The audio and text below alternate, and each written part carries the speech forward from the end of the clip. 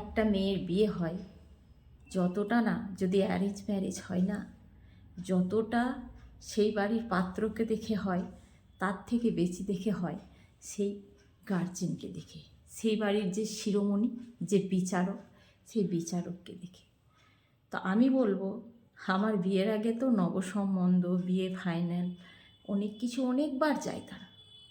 তখনই তো বলে দিলেই হয় যে বাপু, এই জায়ের সাথে কোনো দিন মনিমোনা করো না, এই জায়ের সাথে, এই জায়ের ছেলেদের সাথে যদি তোমাদের আনমোনা হয়, বনিবোনা না হয়, তাহলে কিন্তু আমার সাথেও ফাইটিং হয়ে যাবে।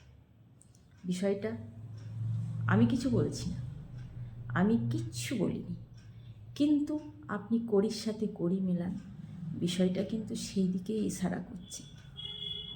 আপনি দেখুন মনে করে, ফোন কেলেঙ্কারিতে দুটো ছেলেকে বেধড়ক পিটালেন, অন্য পঞ্চায়েতে নাকখপ্তা দিয়ে এলেন সেই পেটানোর তাগিদে, এবং বললেন উচ্চস্বরে যে এরূপ ঘৃণ্য ঘটনা যদি আমার ফ্যামিলির ছেলেরা করে তাহলে চৌকাঠে পাড়ান দিয়ে কাটব।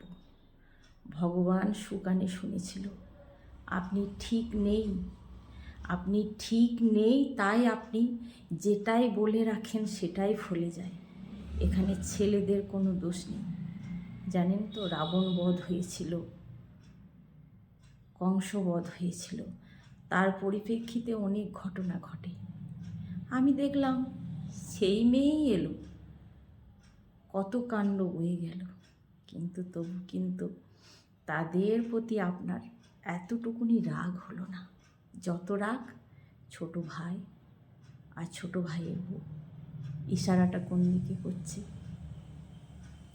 আপনার বাড়াভাতে ছাই দিল, যেখানে আপনার বিল্ডিং করার ইচ্ছা ছিল সেখানেও বাড়াভাতে ছাই দিল।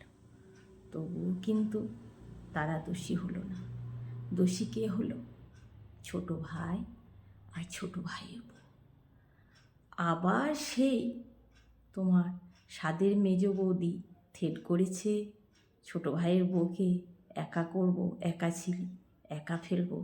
তাদের মানে তোমার ভাইপোর বউরাও করছে, সেই পেয়ারি ভাইপোর বউরাও।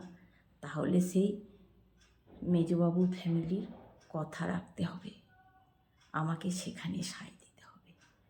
এতটা মেরুদণ্ডহীন আপনি?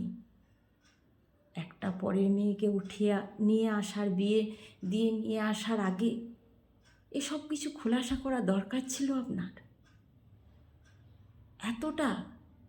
আমি কিচ্ছু বলছি না, প্রতিটা ঘটনা কিন্তু ইশারা অন্যদিকে করছে। যখন কড়ির সাথে কড়ি মিলছে, ঘটনার সাথে ঘটনা মিলছে, তখন বুঝলাম এরা শুধু আমাদেরকে দোষী করব করেই দোষী করে, একা করব করে একা করে। সেখানে মাথা ঠুকে আমি কী করব? তবে এই সূত্রে আরও অনেক ভাই বোনদের চেনা জানা হয়ে গেল, অনেক কিছু বুঝে গেলাম। তো ভাই, এত জল্পনা, এত পরিকল্পনা, এত দলবাজি, আমাদের জন্য এত ষড়যন্ত্র করার কিচ্ছু নেই। থাকি না একা, আপনারা যদি তাতেই ভালো থাকেন তো থাকুন। All the best.